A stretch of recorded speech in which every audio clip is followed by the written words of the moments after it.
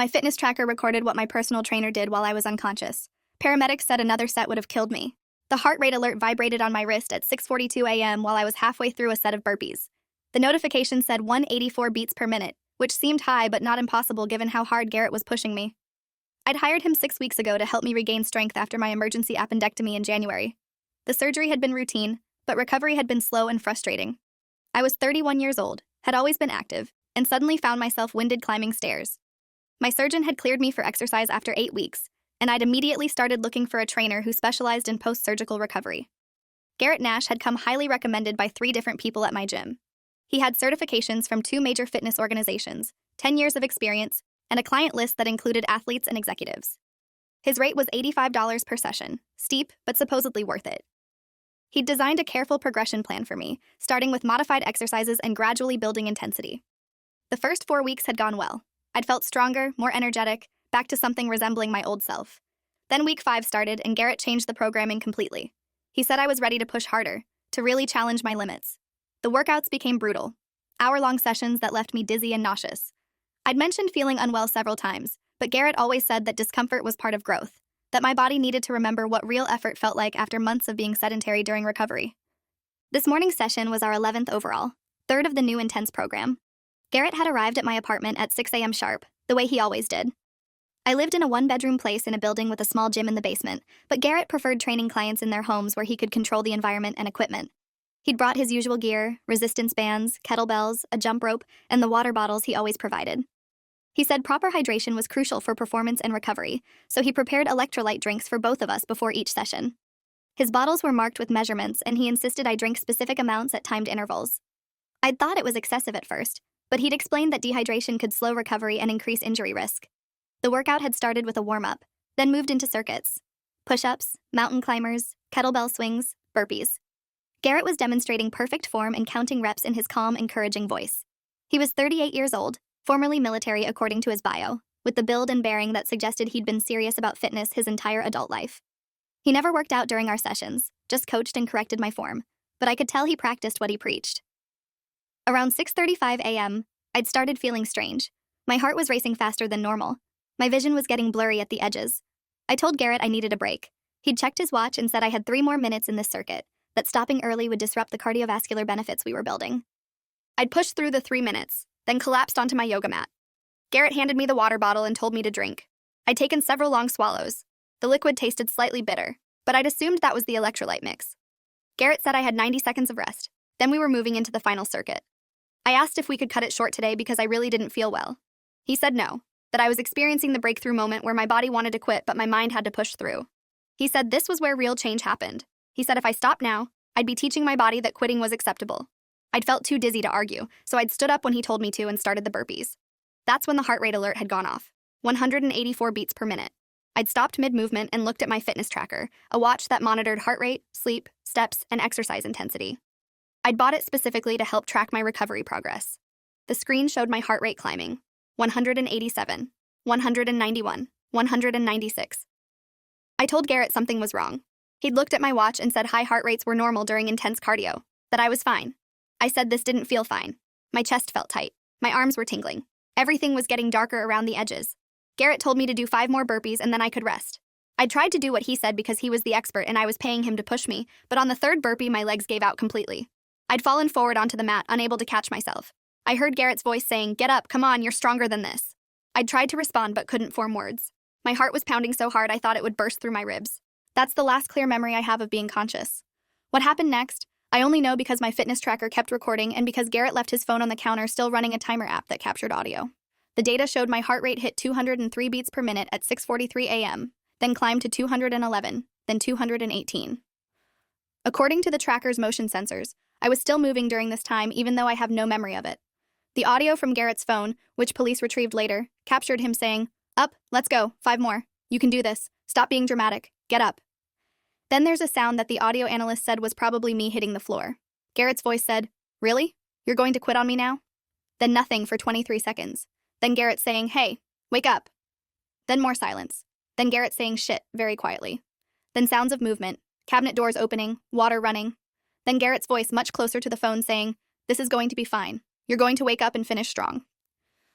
At 6:47 a.m., my fitness tracker recorded my heart rate at 224 beats per minute. The motion sensors showed I was being moved, lifted. The audio captured Garrett grunting with effort and saying, "Just 2 more sets. Come on, your body knows what to do even if your mind checked out." That's when he apparently started forcing my unconscious body through exercises, manipulating my arms and legs through the motions while I was completely unresponsive. My upstairs neighbor, Felicia Brenner, heard the thumping sounds coming from my apartment and got concerned. She'd met Garrett a few times when he was arriving or leaving, knew I was working with a trainer, but something about the rhythm of the sounds alarmed her. She later told police it sounded wrong, too irregular, too heavy. She'd knocked on my door at 6:51 a.m., according to building security footage. Nobody answered, but she could hear someone moving around inside.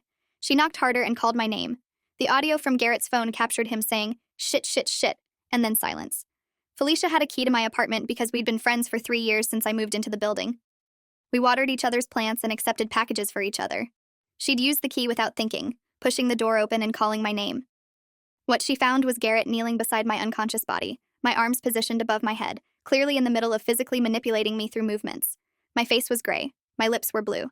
Felicia had screamed and immediately called 911. Garrett had stood up quickly and started explaining that I'd fainted during the workout but was recovering, that this happened sometimes with clients who pushed too hard. Felicia ignored him and got down on the floor next to me, checking for breathing and pulse. She'd taken a CPR class 6 months earlier at her office. She couldn't find a pulse. She'd started chest compressions while on the phone with the 911 operator, following their instructions. Garrett had tried to pull her away, saying he'd handle it, that he had medical training, but Felicia had shoved him back hard enough that he stumbled. The paramedics arrived at 6:58 a.m., 7 minutes after Felicia's call. They found her still doing compressions. My heart rate, according to my fitness tracker, was 241 beats per minute, dangerously into the range where cardiac arrest becomes likely. The paramedics had taken over immediately, attaching their equipment, starting an IV, administering medications I'd later learn were meant to slow my heart rate and stabilize my blood pressure. One of the paramedics, a woman named Lisa Valdez, had asked Garrett what happened. He'd said I'd been exercising and collapsed, probably just dehydration or low blood sugar. Lisa asked what I'd consumed before the workout. Garrett said just water with electrolytes that he'd prepared. Lisa asked if she could see the bottle. Garrett had hesitated, then handed it to her. She'd smelled it and immediately asked what exactly was in the electrolyte mix. Garrett said just standard supplements, magnesium, potassium, B vitamins. Lisa asked if there were any stimulants. Garrett said a small amount of caffeine for energy. Lisa asked how much. Garrett said maybe 200 milligrams. Lisa's expression had changed. She asked if I had any pre-existing heart conditions, or if I was taking any medications. Felicia answered that I'd had surgery recently, but was otherwise healthy. Lisa told her partner that they needed to transport immediately, possible stimulant overdose with cardiac complications. They'd loaded me into the ambulance at 7:04 a.m. My fitness tracker stopped recording at 7:06 a.m. when Lisa removed it from my wrist to access my pulse point, but by then it had captured everything that mattered. I woke up in the ICU at County Hospital at 11:23 a.m., according to the clock on the wall. There were electrodes on my chest, an IV in my arm, monitors beeping steadily. My head felt full of cotton and my entire body ached. A nurse noticed me stirring and came over asking how I felt. I said confused and asking what happened. She said I'd had a cardiac event during exercise and been brought in by ambulance that morning. She said the doctor would explain everything, but I was stable now. I asked where Garrett was and whether he'd stayed to make sure I was okay. The nurse's expression became guarded. She said a police detective wanted to speak with me when I was ready. That's when I started to understand that something was very wrong. Detective Raymond Cross came to my room at 2:15 p.m. He was in his mid-50s, with gray hair and the bearing of someone who'd seen too much to be shocked by anything. He asked if I felt well enough to answer questions. I said yes, though I still felt weak and disoriented. He asked me to describe everything I remembered from that morning's training session. I walked through it, the workout intensity, feeling unwell, the heart rate alerts, collapsing on the mat. He asked about the water Garrett had given me. I said he always brought prepared electrolyte drinks. Raymond asked if I'd ever asked what was in them. I said no, I'd trusted him because he was a certified trainer. Raymond's expression suggested that trust had been misplaced. He told me the paramedics had brought Garrett's water bottle to the hospital. The emergency room physician had ordered it tested because Lisa suspected something was wrong. The toxicology results had come back an hour ago. The electrolyte drink contained caffeine, but not 200 milligrams. It contained 800 milligrams, equivalent to about 10 cups of strong coffee. It also contained ephedrine, a powerful stimulant that's banned in dietary supplements in the United States because of its cardiovascular risks. It contained synephrine, another stimulant derived from bitter orange. It contained yohimbine, a supplement that increases adrenaline. The combination was essentially a homemade pre-workout formula designed to dramatically increase energy, focus, and exercise performance. It was also extremely dangerous, especially for someone like me who just had surgery and whose cardiovascular system was still recovering. Raymond asked if I'd known Garrett was giving me these substances. I said absolutely not, that I'd never have agreed to that I'd been very clear about wanting a safe post-surgical training program. He asked if Garrett had ever mentioned supplements or performance enhancers. I said no, just that his electrolyte drinks would help with recovery. Raymond nodded and wrote this down. He said the hospital had run blood tests on me and found levels of all 4 stimulants that were far above therapeutic ranges. My peak blood pressure had been 214 over 143 stroke level numbers. My heart had been in supraventricular tachycardia, a dangerous rapid rhythm. The cardiologist who'd treated me said if the paramedics had arrived even 5 minutes later, I likely would have had either a stroke or complete cardiac arrest. The fact that Felicia had started CPR and the paramedics had administered beta blockers immediately was probably the only reason I survived. Raymond then told me something that made my blood run cold. They'd found Garrett still at my apartment when backup officers arrived. He'd been in the process of cleaning up, pouring the remaining electrolyte drink down the sink, wiping down surfaces. When officers told him to stop, he'd said he was just tidying up after the training session. They'd arrested him on suspicion of assault and taken him to the station for questioning. During the interview, Garrett had admitted he'd been adding the stimulants to client drinks for the past 2 years. He said it was part of his training philosophy. He believed that people didn't reach their true potential because they gave up too easily, because their minds told them to stop before their bodies actually needed to. The stimulants, he said, helped clients push past mental barriers and achieve breakthrough performance. He said the doses were carefully calculated based on body weight and fitness level. He said he'd done extensive research on athletic performance enhancement. He said he'd never had a client experience serious problems before. Raymond asked if that was true, if no one else had been hurt. I said I didn't know, but 3 people had recommended Garrett to me and they'd all seemed fine. Raymond said that's what they were investigating now. He asked if I remembered signing any liability waivers when I hired Garrett. I said yes, a standard form acknowledging the risks of exercise. He asked if anywhere in that form it mentioned supplements or additives. I said no, nothing about that. Raymond said good, because that meant Garrett had drugged me without informed consent, which elevated this from negligence to criminal assault. The hospital kept me for 3 days running tests on my heart and kidneys to check for damage from the extreme stress and the stimulant overdose. My cardiologist, Dr. Evelyn Hunt, was 43 years old and specialized in sports cardiology. She explained that the combination of stimulants Garrett had given me created a perfect storm of cardiovascular stress. The caffeine and ephedrine increased my heart rate and blood pressure. The synephrine and yohimbine amplified those effects. When combined with intense exercise, my cardiovascular system was pushed far beyond safe limits. She said my heart had essentially been running at maximum capacity for at least 20 minutes based on my fitness tracker data. She said for someone in peak athletic condition, that might have been survivable, uncomfortable, and dangerous, but survivable. For someone 3 months post-surgery whose cardiovascular system was still healing, it was potentially lethal. She showed me printouts of my heart rate data from the tracker. The graph looked terrifying, climbing steadily from my normal resting rate of 68 beats per minute to peaks above 240. Dr. Hunt said anything above 200 was extremely dangerous for sustained periods. Above 220, the heart struggles to fill with blood between beats, meaning it's pumping but not effectively circulating oxygen. At the levels I'd reached, cardiac arrest or stroke were imminent. She said the fact that I'd survived was honestly remarkable, a combination of my age, Felicia's fast action, and the paramedics' quick administration of beta blockers. While I was in the hospital, Raymond's investigation expanded rapidly. He'd contacted all of Garrett's current clients, 15 people who'd been working with him regularly. 8 of them agreed to be interviewed. Of those 8, 5 reported experiencing unusual symptoms during training sessions over the past 6 months. Rapid heartbeat, dizziness, nausea, tremors, anxiety. 2 had gone to urgent care after sessions, where they'd been diagnosed with dehydration and told to rest. 1 woman named Jenna Kowalski had fainted during a session 3 months ago. Garrett had told her it was low blood sugar and made her eat a protein bar, then continued the workout. She'd felt awful for days afterward, but had trusted that Garrett knew what he was doing. Another client, David Fong, had experienced chest pains so severe he'd thought he was having a heart attack. He'd gone to the emergency room where they'd run tests, found elevated heart rate and blood pressure, but no signs of actual cardiac damage. They'd told him to avoid stimulants and intense exercise for a week. David had stopped working with Garrett after that, but he'd never connected the chest pains to anything Garrett had given him. He'd assumed it was his own body responding poorly to the workout intensity. Raymond asked all of them if Garrett had ever provided drinks or supplements. 7 of the 8 said yes. Garrett always brought electrolyte water and insisted they drink it during sessions. He said it was part of his professional service, ensuring clients stayed hydrated with the right minerals. Raymond obtained warrants to test the remaining contents from Garrett's supply containers, which they'd seized from his vehicle during the arrest. Every single container tested positive for the same combination of stimulants found in my drink. The concentrations varied, suggesting Garrett was adjusting doses based on something, possibly client size or his assessment of their tolerance. 1 container had concentrations nearly twice what I'd been given.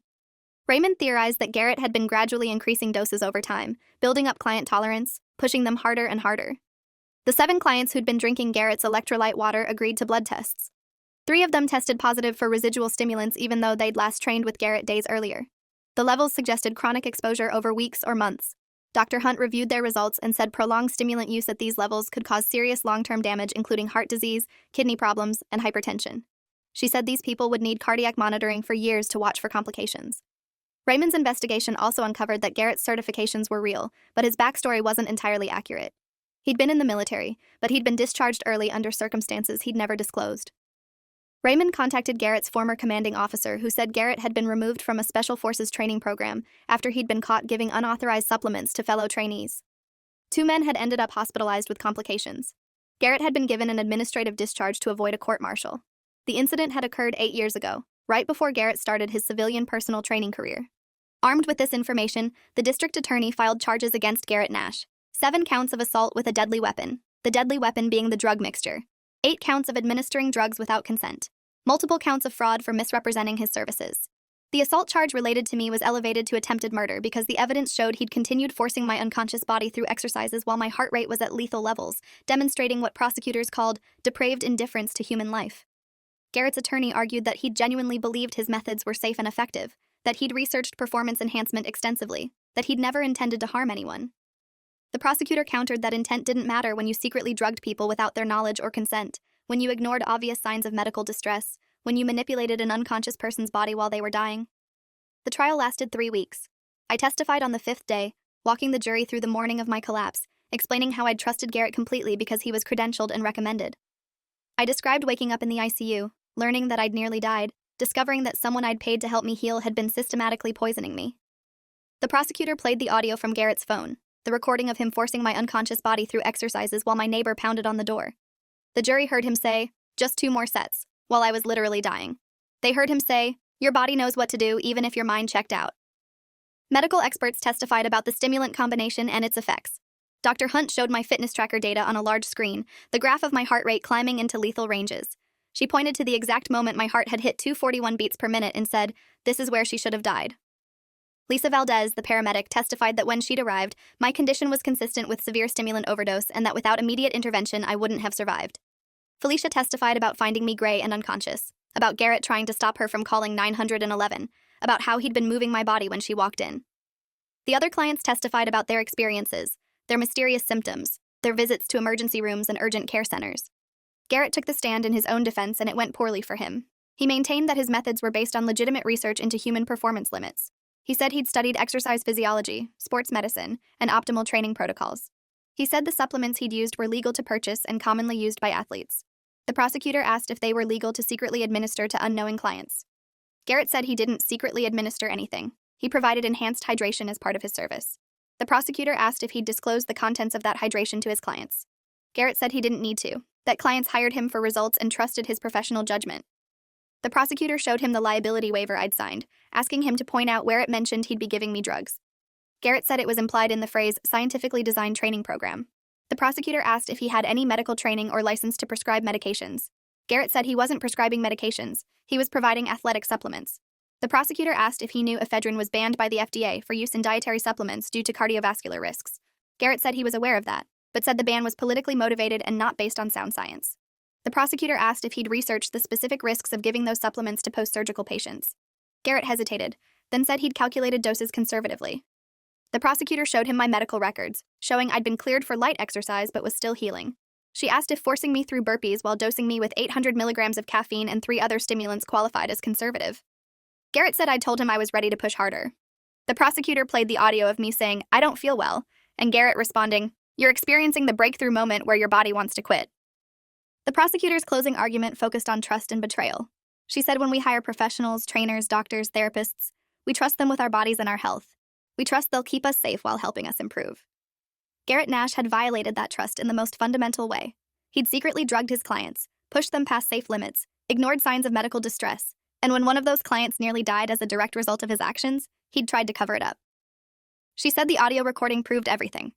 Garrett prioritizing his training philosophy over my life, forcing my unconscious body through exercises while my heart was failing, only stopping when a neighbor interrupted. She asked the jury what would have happened if Felicia hadn't heard the noise, hadn't used her key, hadn't started CPR. The answer was clear. I would have died on my apartment floor while my personal trainer manipulated my body through 2 more sets of exercises. The defense's closing argument tried to paint Garrett as a dedicated trainer who'd made tragic mistakes in pursuit of helping his clients. His attorney said Garrett had genuinely believed in his methods, had seen them work for other clients, and had never intended harm. She said what happened to me was a terrible accident, not attempted murder. She said Garrett had panicked when I collapsed, had tried to help in his own misguided way, had made bad decisions in a crisis, but that didn't make him a criminal.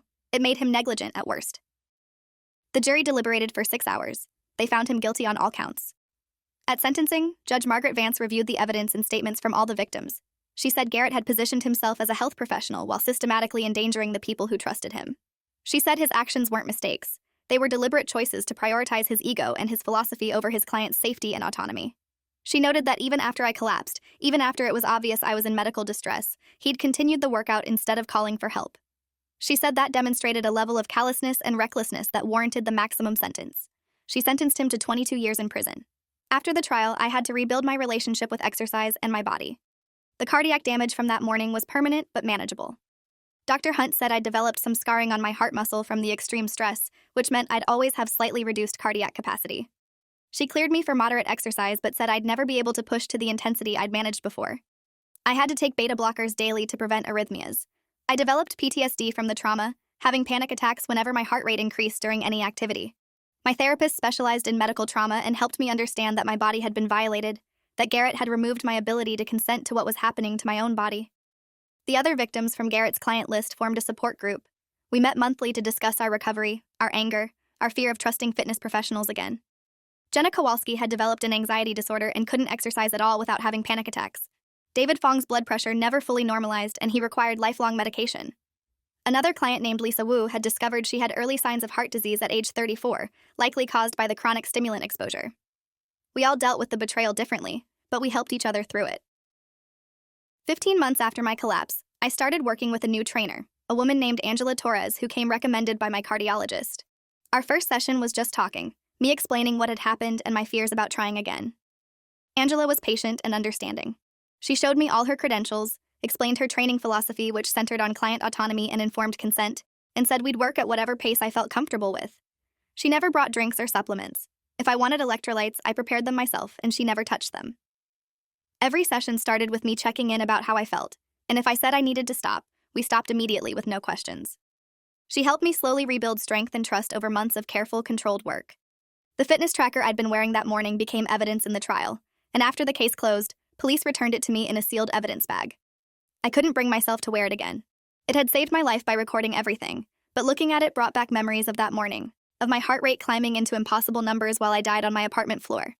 I kept it in a drawer for a year before finally donating it to a museum that collected items related to important legal cases. They wanted it for an exhibit on how personal technology was changing criminal investigations. My data, that graph of my heart rate spiking to 241 beats per minute, was used in medical conferences as a teaching example of stimulant-induced cardiac crisis. Dr. Hunt presented it at 3 different cardiology symposiums, explaining how the combination of drugs and exercise created a life-threatening situation and how emergency intervention had saved me. Felicia and I became closer friends after everything. She said she still had nightmares about finding me that morning, about how close she'd come to not checking on the noise, to assuming everything was fine. I told her she'd saved my life and I'd never be able to properly thank her. She said I'd have done the same for her. She was right. The building added a defibrillator to the lobby after my incident and organized CPR training for any residents who wanted it. Felicia joked that I'd improved building safety for everyone. 3 years after my collapse, I ran into one of the people who'd originally recommended Garrett to me. She apologized profusely, said she'd had no idea what he was doing, that she'd worked with him for months and thought his methods were just intense but effective. She said she'd experienced some of the symptoms, the rapid heartbeat and dizziness, but had attributed them to getting out of shape. She'd never suspected her trainer was drugging her. I told her it wasn't her fault, that Garrett had been skilled at manipulation and deception, that he'd cultivated trust specifically so he could violate it. She asked how I was doing. I said I was surviving, getting stronger in ways that had nothing to do with physical fitness. I stopped training with Garrett Nash the morning he nearly killed me with his secret stimulant cocktail and his delusional belief that pushing unconscious clients through exercises was appropriate. Paramedics arrived just minutes before my heart would have given out completely. The decision to trust my fitness tracker's heart rate warnings, to question why I felt so wrong, came too late to prevent the poisoning but just early enough that I survived to expose what he'd been doing to dozens of people. The betrayal fundamentally changed how I approach trust, professional relationships, and my own body's boundaries. But I'm alive. Garrett is in prison where he can't hurt anyone else, and the 7 other victims are slowly healing from what he did to us. We'll never fully recover what we lost, But we're building something new, something honest, and that's enough. If you enjoyed this, you'll definitely want to see the next ones too. So subscribe now and let me know your take in the comments.